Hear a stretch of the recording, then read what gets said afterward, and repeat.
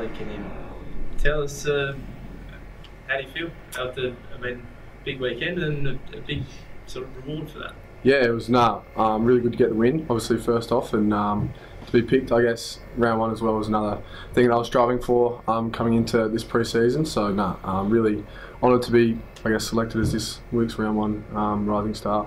You're running around out there, do you sort of feel like I'm actually having a pretty good game here? Not at the start I didn't. I just was trying to get the ball out of there because Freo were pressuring us a lot, as you might have seen early on. But no, it was good to, I guess, get a bit of the ball as well.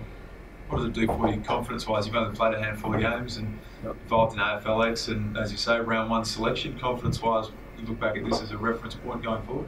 Yeah, definitely. I think it just shows coaches have that confidence in me to be able to bring my sort of stuff to the team with defence first, and then be able to use my weapons in offence and help the team go forward and attack. So yeah, hugely helps me going forward. What does it say that you've been able to take this opportunity? I mean, Jasper goes down a couple of weeks ago and you sort of thrust right into calculation. Yeah, obviously with Jasper going down, it sort of helped me, I guess, sort of secure that spot for round one. But yeah, he'll be back soon and hopefully just keep playing some good footy and keep myself in the team. So yeah, that'd be nice. As a young player, you've got your chance, but now you've lost Paddy. You've got Frampton and Laddams and a few others. Do you think one of them is ready to play senior football? I think that's up to the coaches, really. They've both had really good pre-seasons. Framer obviously had surgery at the end of last year, and I think Pete had a bit of osteitis pubis as well throughout some time last year. So they're both training and playing really well in the Maggie, so I'll let the coaches decide that. Would you be reluctant to lose Dougal from the defence?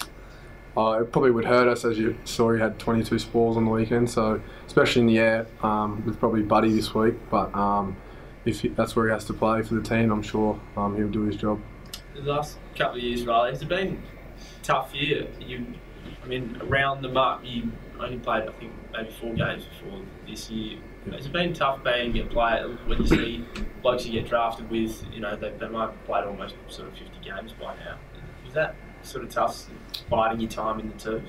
Not really. I knew I had a few deficiencies to work on coming into this system. So it was one thing getting drafted at the time, but it's another sort of playing and forcing your way into the side. So I knew I had to sort of bite my time and work really hard at what I needed to do, which was defence at the time, and just trust that the coaches would let me know when I'm ready. And was fortunate enough to get a taste, I think late 2016 and up in the Gold Coast, and then play some good footy in the back end of the year in the SANFL, and then force my way into the side for the last 3 games. So. Was it the toughest thing for you, what you had to work on the most, was it defence? Because obviously, as you said, you've got the weapons going forward. Is that what you had to work on? Yeah, it was more just that contested sort of stuff, in close, just sort of winning my battles in that one-on-one situation. And I think it's come a long way to where I was probably 3 years ago now to where I am today. So I can't thank Serge and Chad Corns and all that sort of guys for really helping me in my early days here. Who are those? You just mentioned 2 of them. Who are those coaches and players that really had the biggest influence on you? So at the moment, Hamish Hartlett's my mentor, so he's helped me probably mostly this season, and since he was a West Adelaide bloke as well, he sort of has always been that bloke I could go to no matter what it was about. But at the start when I got here, Paddy Carlisle was one of my mentors. Jacob Surgeon took me under his wing as the defensive backline coach for the Magpies, so I had a lot to do with him. And Chad Corns as well, just sort of trying to, I guess, break me and toughen me up a little bit, which was probably not too fun at the time, but I enjoyed it and thank them today for what they've done for me. Tougher? A little bit, I think, mentally that is, but no, it was good at the time, and he's probably one of the toughest players to play the game, so yeah. How do you think you'll feel slotting into a back line knowing you've got to worry about big Budweiser this weekend? I think that can be for the taller guys for me, but I'll probably might get a smaller guy. But I guess with him running around, you don't really know where he can kick it from anywhere. So one of the blokes might have a job on him. I'm not too sure, but I have to wait and see. Were you trying? How would you contribute to sort of curbing his influence? A matter of getting in his way, or disrupting a bit of flow somewhere?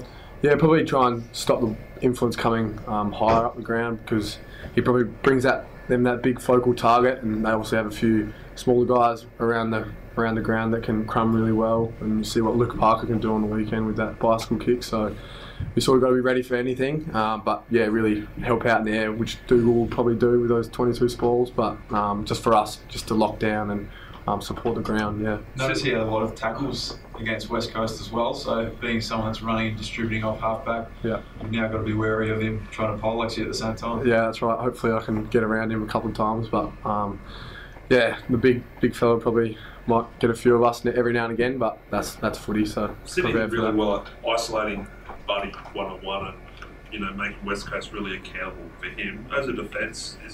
How do you go about ensuring that doesn't happen, that you can sort of help out whoever sort of, whether it's Tom Cleary or Jonas or anyone else there who's got him that tough one-on-one matchup? Yeah, so our defence, we all work together and support each other in the air. And Dude was probably the man for that, to help out in the air. But for us, it's just, I guess, choosing the time when to and when not to come off and help out whoever the bloke will be standing Buddy. So.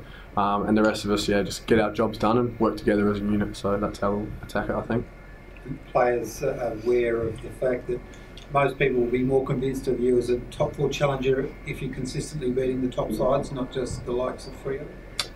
Yeah, I think this year we're just trying to prove ourselves to beat those top 8 sides this year, and hopefully go deep into some finals, which is what we're striving for. And I think we've got a pretty strong list to do that. So hopefully this is a pretty strong year. Just back on the Rising Star, what does that mean for you, getting that kind of reward? You mentioned, I guess you got a taste in 2016, played a bit last year in the back end, and now seem like you've kind of come on very well to start off. What does it mean to you to get that recognition so early in the year? Yeah, I guess I'm pretty honoured to be obviously nominated, but just putting in some hard work at the start of my career here, and then now sort of getting rewarded down the line. It's a nice feeling, I guess. Do you think you'll have a bit of a target on your back just a little bit more now with recognition so early? No, probably not. No, Was that your most enjoyable game? I know it's your career high disposal-wise and you had a bit of influence and you won the game, but in terms of when you first come in, you're probably nervous and anxious to succeed and play well. Did you just enjoy that on the weekend? Yeah, I had a lot of fun on the weekend. It was really good to be out there. Obviously, round 1 as well, sort of back at the home ground at Adelaide Oval, and big crowd there. It was real noisy. It sort of had that feeling to a home final like we did against West Coast at the start of the game with the crowd buzzing. But yeah, I had a lot of fun. Luckily, the result was different. Yes, very lucky.